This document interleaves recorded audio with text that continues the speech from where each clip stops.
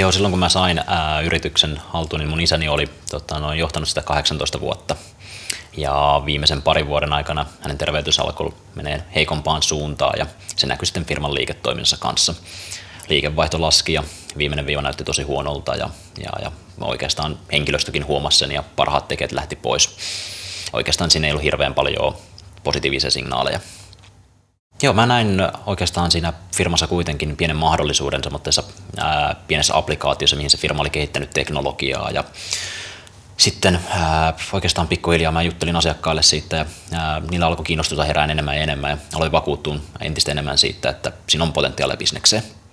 Jos ei se olisi ollut mun isän firma, niin mä tuskin olisin tässä tällä hetkellä. Nykyään mä voin kyllä ajatella taas, että firma mikä on pulassa, niin voisin hyvinkin ottaa sen mutteen haltuun ja lähteä kehittämään sitä.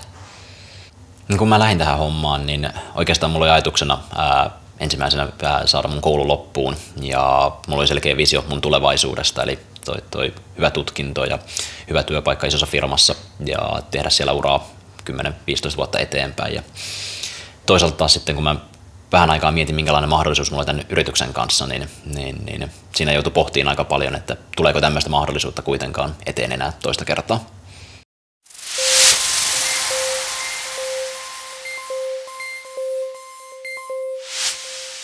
Oikeastaan tärkeää siinä vaiheessa, kun ottaa yrityksen haltuun, niin on se, että pystyy erottamaan niitä faktoja ja fiktioita.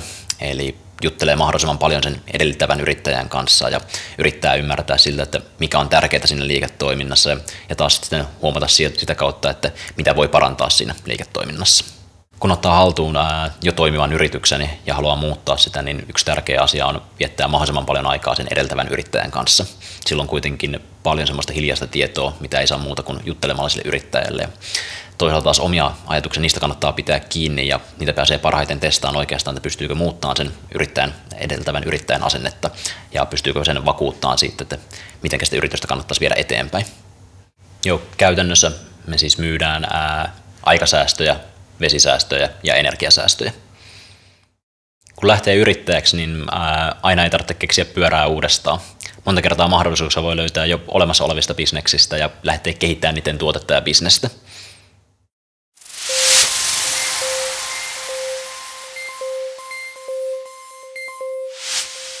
Mulle yrittäjänä oleminen tarkoittaa sitä, että mä saan mahdollisuuden kehittää jotain tärkeää tälle yhteiskunnalle. Mun mielestä yrittäjät on tärkeitä yhteiskunnalle sen takia, että ne näkee mahdollisuuksia ja sitä kautta kiihdyttää kehitystä ja tuo niin kuin uusia ideoita ja tekee niistä toimivia tälle yhteiskunnalle. Parasta yrittäjyydessä on ihan ehdottomasti ne ihmiset, kenen ympärille pääsee. Eli näkee todella kyvykkäitä ihmisiä ja oppii niiltä koko ajan.